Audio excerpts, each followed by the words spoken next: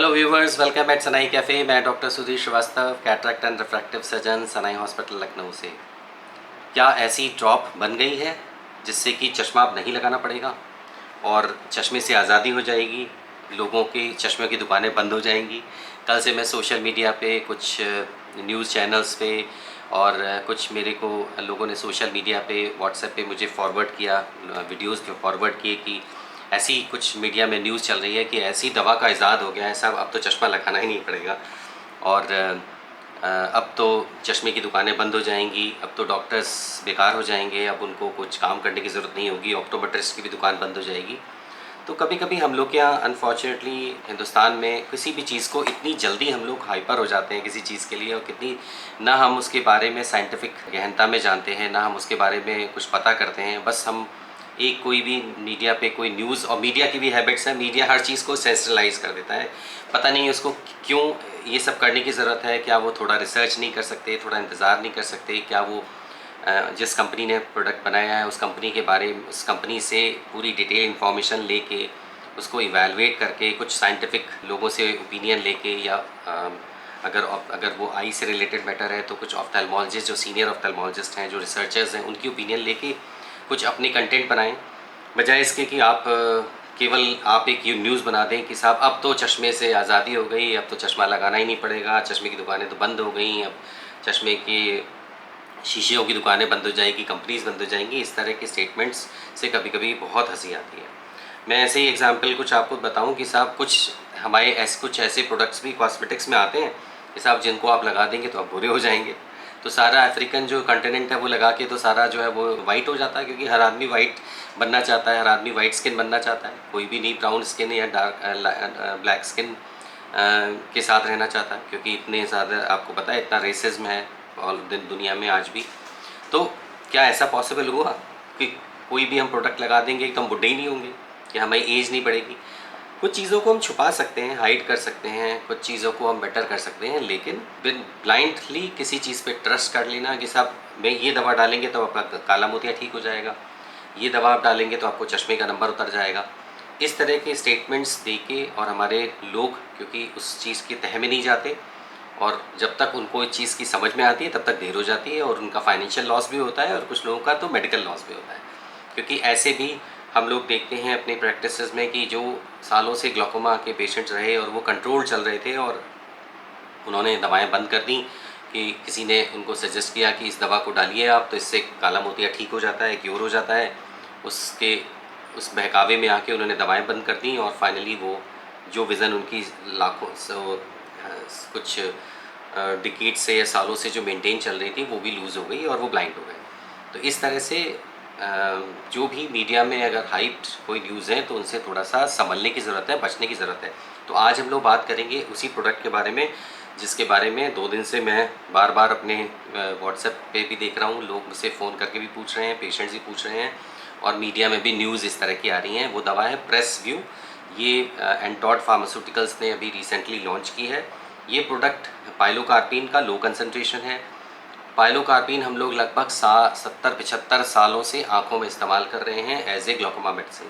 पहले जो narrow angle glaucoma था तो उसके लिए तो ये रामबाण होती थी, आज भी हम लोग यूज़ करते हैं पाइलोकार्पिन के साथ, क्योंकि बहुत सारे प्रोडक्ट्स और भी अवेलेबल हो गए, बहुत अच्छी मेडिसिन अवेलेबल हो गई, तो थोड़ा उसका यूज़ कम हो गया, क्योंकि उसके साइड इफ़ेक्ट ज़्यादा होते थे, पिगमेंटेशन ज़्यादा होता था, प्यूपिल को वो कॉन्स्ट्रिक्ट कर देता था, उसकी वजह से नंबर्स में वेरिएशंस हो जाते थे और लोगों को लाइट डिम हो जाती थी।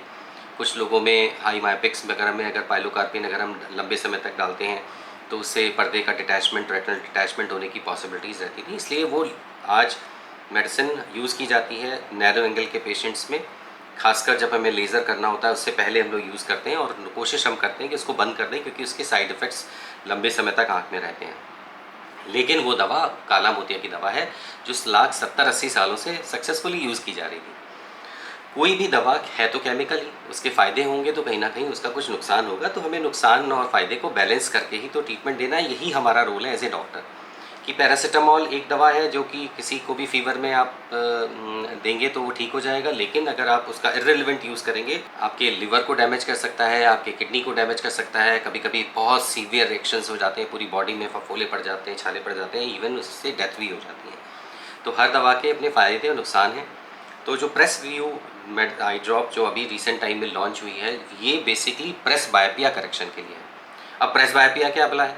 जैसे मैंने पहले भी बहुत सारे वीडियोज़ में आपको बताया कि रिफ्रैक्टिव एरर्स में कई टाइप्स होते हैं, यानी चश्मा जो हम लगाते हैं उसको रिफ्रैक्टिव एरर कहते हैं। एक तो होता है जिसका माइनस का नंबर हो गया, उसको हम लोग मायोपिया कहते हैं, जिसमें आपको दूर का नहीं दिखता, उसमें नियर साइटेडनेस होती है, यानी पास का दिख रहा है, दूर का नहीं दिख रहा साहब। तो हमने आपको चश्मा लगाया माइनस का और हम आप दूर का देखने लगेंगे। कुछ नंबर्स होते हैं जिनमें आँख का नंबर प्लस में होता है, यानी चश्मा प्लस में हमें देना पड़ता है, उसको फार फाइट साइटेडनेस कहते हैं, यानी दूर की तो निगाह साफ है लेकिन पास में नहीं दिख रहा है। ये ब्रॉड टर्म्स हैं हाइपरमेट्रोपिया और मायोपिया। ये कंडीशंस है, फिजिकल कंडीशंस हैं, ये बीमारी नहीं है। सबसे पहले तो ये क्लियर हो जाइए, बीमारी तब मानी जाती है जब उस मायोपिया की वजह से आपके पर्दे में डैमेजेस हो जाएं, या पर्दा कमज़ोर है, पर्दा में छेद हो जाए, फट जाए, या वो बढ़ता चला जाए, प्रोग्रेसिव होता चला जाए किसी डेफिशिएंसीज़ की वजह से, कि आपको कोई बॉडी के अंदर कुछ डिसऑर्डर्स थे, जेनेटिक डिसऑर्डर थे, जिसकी वजह से आई का साइज़ बढ़ता रहा है। क्योंकि मायोपिक में आई का साइज़ बड़ा है और हाइपरोप्टिक्स में आई का साइज़ थोड़ा छोटा है। तो अगर वो बढ़ना रुक नहीं रहा है, बढ़ता जा रहा है, तो वो बीमारी है। तो मायोपिया एक फिजिकल स्टेट है। मैं खुद मायोपिक हूँ, प्रेस मायोपिक हूँ, तो सबको ज़्यादातर अगर आपके नंबर्स हैं तो आप लगा रहे हैं और आपके नंबर स्टेबल बने रहते हैं। ये सिंपल मायोपिया है, प्रोग्रेसिव मायोपिया और कोई बीमारी की वजह से मायोपिया नहीं है। तो मायोपिया और हाइपरोपिया ये एक फिजिकल स्टेट है, चश्मे का नंबर प्लस में और माइनस में होगा। अब हमारी उम्र बढ़ी, 40 साल के ऊपर हम लोग जब निकलने लगे तो हमारा जो लेंस है ना वो बढ़ता जा रहा है साइज़ में, और धीमे धीमे वो थोड़ा स्टिफ होता जा रहा है, उसके अंदर पावर बदलने की कैपेसिटी कम हो रही है। जैसे कोई भी कैमरा अगर हमें दूर में फ़ोटो खींचनी है और हमें क्लोज़अप लेना है तो हमें उसमें जूम लेंस लगाना पड़ेगा। तो आँख के अंदर भी तो इंटरनल जूम है, वो जूम हमें दूर में जब हम देखते हैं तो हमारा इस्तेमाल नहीं हो रहा है, लेकिन जब हम पास में देखेंगे तो वो जूम की वजह से हम पास में देख पाते हैं। इस कंडीशन में धीमे धीमे एज के साथ में, क्योंकि हमारा लेंस हार्ड हो रहा है, ये धीमे धीमे कमी आने लगती है। इस कंडीशन को हम लोग प्रेसबायोपिया कहते हैं। प्रेसबायोपिया मतलब है कि आपकी एज के साथ जो नंबर आए। तो मैं तो अपने पेशेंट से कहता हूँ कि आपने माउंट एवरेस्ट की चढ़ाई फतह कर ली, अब आप कुछ समय यहाँ रुक के एंजॉय करके वापसी का दौर शुरू होगा, यानी this is a mid way of life. तो ये होना है, एज इफेक्ट है। हाँ, प्रेस अगर हम पाइलोकार्पिन का यूज़ करें लो कंसंट्रेशन में प्यूपिल को, क्योंकि पाइलोकार्पिन पुतली को थोड़ा छोटा करता है, और हमारी जो सिलियरी बॉडी है, यानी हमारी आँख के अंदर सिलियरी बॉडी वो एरिया है जहाँ से फ्लूइड का प्रोडक्शन भी हो रहा है, और साथ में उसमें जोन्यूल्स लगे होते हैं, जिससे कि हमारा लेंस की फ्लेक्सिबिलिटी भी थोड़ी सी होती है। वो फ्लेक्सिबल होगा तभी तो जब पावर बदलेगा तो हम पास देख पाएंगे। तो वो वहाँ पे सिलियरी मसल्स में लॉन्गिट्यूडनल मसल्स पे काम करता है, जिसकी वजह से हमारे लेंस की शेप का थोड़ा सा चेंज होता है और हमें पास में देखने में थोड़ा सुविधा मिल सकती है। यानी जो प्रेस बायोपिक्स हैं, अगर वो अर्ली प्रेस बायोपिक हैं, 40 साल की एज में आ रहे हैं और पास का नंबर आ रहा है, अगर हम उसमें आई ड्रॉप का इस्तेमाल करें तो हमें पास के लिए नंबर हम कुछ साल टाल सकते हैं, या अगर आपके नंबर हैं ज़्यादा तो थोड़े नंबर को वो कम कर सकते हैं। लेकिन है दवा तो मेडिसिन है, यानी आपको रोज़ डालनी पड़ेगी।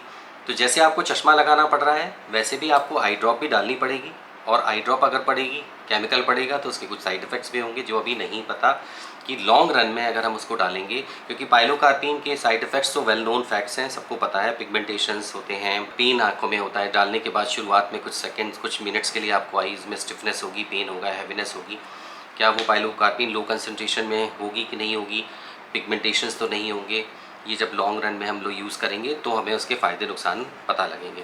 तो सबसे मेरा कहने का मतलब ये है कि एक ड्रग आई है तो हमें उसको वेलकम करना चाहिए, हमें यूज़ करना चाहिए, हमें ये देखना चाहिए वो किसके लिए बेनिफिशियल होगा, किस एज में ज़्यादा बेनिफिशियल होगा, किन पेशेंट्स में ज़्यादा इंपॉर्टेंट होगा। क्या ऐसा तो नहीं कि मायोपिक्स में अगर हम उसको यूज़ करेंगे तो हमारे पर्दे पे उसके डिजेनरेटिव चेंजेस होंगे, यानी पर्दे में छेद वगैरह डेवलप होने के चांसेस तो नहीं होंगे। ये हम समय के साथ जैसे से यूज़ करेंगे तब हमें पता लगेगा कि उसके क्या फ़ायदे हैं, क्या नुकसान हैं। जब कार बनी थी तब किसी ने सीट बेल्ट के बारे में नहीं सोचा था ना। जब कार बनी, इसको चलाते चलाते जब पता लगा कि एक्सीडेंट्स होते हैं, अब इसमें हमें ये सेफ्टी मैकेनिज्म की ज़रूरत है, तो सीट बेल्ट का आज़ाद हुआ। उसी तरह से आपके बहुत सारे लाइफ में हम ऐसे काम करते हैं जो हम लोग करते हैं, और समय के साथ हमें पता लगता है कि इससे अगर हम इस ढंग से करेंगे तो ज़्यादा बेटर होगा, इसके ज़्यादा अच्छे रिजल्ट्स आएंगे, तो हम वो काम करते हैं। तो इसलिए जब आई ड्रॉप आएगी मार्केट में, जो रिसेंटली मार्केट में आने वाली है, तो रिसेंट टाइम में आएगी, तो हम लोग उसको यूज़ करेंगे। उसके साथ में इसकी स्टडीज़ होंगी, क्योंकि अभी वो स्टडीज़ बहुत लिमिटेड पेशेंट्स पे की गई हैं, कंपनी द्वारा की गई हैं। कंपनी ने ऑब्वियसली उसमें कुछ पॉइंट्स को एनालाइज़ किया है, लेकिन इसके ब्रॉडर टर्म में लॉन्ग टर्म यूज़ जैसे जैसे यूज़ होगा तो पता लगेगा। तो मेरा कहने का मतलब है कि कोई भी मेडिसिन आई है तो इसको वेलकम करना है, लेकिन हमें ये नहीं करना कि साहब अब तो चश्मे की ज़रूरत ही नहीं है, फेंक दो चश्मा, अब तो मुझे चश्मा लगाने की ज़रूरत नहीं पड़ेगी, चश्मे की दुकानें बंद हो जाएंगी, डॉक्टर्स की ज़रूरत नहीं रहेगी। ऐसा नहीं है। आई ड्रॉप भी अपने आप नहीं डाल सकते, क्योंकि आपकी आँख में जैसे मैंने बताया माइपिक्स हैं, आपके साइड इफ़ेक्ट्स हो सकते हैं, आपको ग्लोकोमा है, किस तरह की आपकी आँख है, किस कंडीशन है, उस हिसाब से कहीं ऐसा नहीं अननेसेसरली आप उसको डालते रहें उसके साइड इफ़ेक्ट्स हो जाएँ। तो जैसे हम लोग बहुत कम उम्र से ही कुछ होम्योपैथिक मेडिसिन डालते रहते हैं कि हमें काला मोतियाबिंद नहीं होगा। तो मोतियाबिंद क्यों नहीं होगा? मोतियाबिंद तो एज फैक्टर है। मोतियाबिंद आप नहीं डाल सकते। मोतियाबिंद को आप अच्छी लिविंग से आप अपनी थोड़ा सा डिले ज़रूर कर सकते हैं कि आप कोल्ड क्लाइमेट में रहें, थोड़ा सा खाने पीने में ध्यान रखें, जिससे हमारा डिजेनरेटिव चेंजेस थोड़ा स्लो डाउन हो जाए। लेकिन हम उसको एज को नहीं रोक सकते, एज के इफ़ेक्ट्स को नहीं रोक सकते। वैसे ही आँखों में जो प्रेसबाइपिया डेवलप होगा उसके इफ़ेक्ट को नहीं रोक सकते। हाँ, चश्मे से जैसे हमने अपनी आँखों को विज़न को इम्प्रूव कर दिया, हम लोग काम करने लगे, कुछ मेडिसिन्स और चश्मा या कुछ मेडिसिन कुछ समय तक हमें थोड़ा सा हेल्पफुल हो सकती है, हमें ग्लासेस की ज़रूरत कम को वो थोड़ा एलिमिनेट कर सकती है। तो आई होप कि आपको ये चीज़ क्लियर हुआ होगा। और ये मेरी एक मैंने सब चीज़ें जो आपको बताई हैं आज मैंने पढ़ के एनालाइज़ करके कुछ रिसर्च कुछ पेपर्स पे भी जाके जो स्टडीज़ हैं उनके ऊपर जाके पाइलोकार्पिन के ऊपर जो पहले भी स्टडीज़ हुई हैं और इस तरह की मेडिसिन पहले भी अवेलेबल रही हैं पे जाके मैंने आपको ये कंटेंट में आपके लिए लेके आया हूँ। कोई भी सवाल हो प्लीज़ पूछिए। अपना बहुत ध्यान रखिए, अपनी आँखों की बहुत केयर करिए, अच्छी नींद लीजिए और एक अच्छे सिटीजन बनिए। नमस्कार।